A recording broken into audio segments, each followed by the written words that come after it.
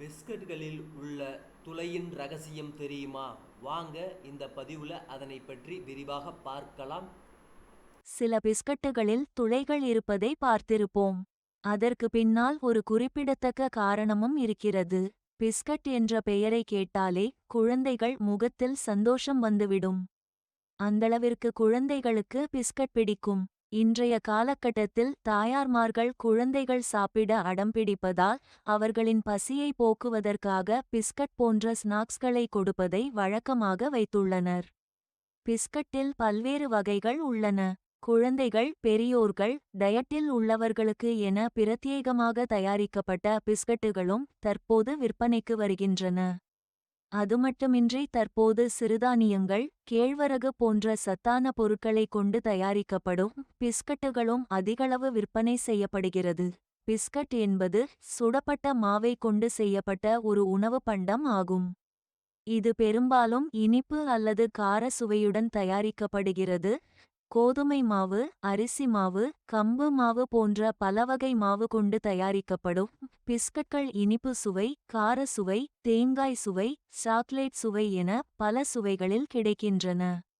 அதேபோல் பிஸ்கட்கள் தட்டையான, வட்டமான, சதுரமான என பல வடிவங்களில் கிடைக்கின்றன.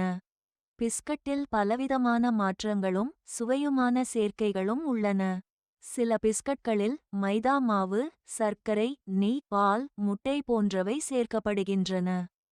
சில பிஸ்கட்கள் முட்டை சேர்க்காமல் சர்க்கரை, நெய், கோதுமை மாவு, பால் மட்டுமே சேர்த்து தயாரிக்கப்படுகின்றன. அந்த வகையில் சில பிஸ்கட்டுகளில் துளைகள் இருப்பதை பார்த்திருப்போம். இவை அலங்காரத்திற்கு மட்டுமே பயன்படுத்தப்படுவதில்லை. அதற்கு பின்னால் ஒரு குறிப்பிடத்தக்க காரணமும் இருக்கிறது. பிஸ்கட்டுகளில் உள்ள சிறிய துளைகள் பெரும்பாலும் டாக்கிங் அல்லது டாக்கர் ஹோல்ஸ் என்று குறிப்பிடப்படுகின்றன. மாவில் நிறைய காற்று குமிழ்கள் இருக்கும். அதை அடுப்பில் சூடாக்கும் போது இந்த காற்று குமிழ்கள் விரிவடையும். இந்த குமிழ்கள் விரிவடைந்து வெடிப்பதை தடுக்க மாவில் துளைகளை இட்டு காற்று வெளியேற அனுமதிக்கிறது. இதனால் பிஸ்கட்டை சரியாக சுட முடியும். மேலும் இவை பேக்கிங் செய்யும்போது உருவாகும் நீராவி வெளியேற அனுமதிக்கின்றன. பிஸ்கட்டுகளில் உள்ள துளைகள் சமமான தூரத்தில் சரியாக வைக்கப்பட வேண்டும். இல்லையெனில் தயாரிக்கப்படும் பிஸ்கட்டுகள் மிகவும் கடினமாகவோ அல்லது மிகவும் மென்மையாகவோ இருக்கும். துளைகளை நெருக்கமாக வைத்தால் மெல்வதற்கு கடினமாக இருக்கும். மேலும் துளைகள் மிக தொலைவில் இருந்தால் பிஸ்கட் உடைந்துவிடும். சரியான எண்ணிக்கையிலான துளைகள் இருக்க வேண்டும். இதன் விளைவாக தட்டையான, மொறுமொறுப்பான பிஸ்கட்டை உருவாக்க முடியும்.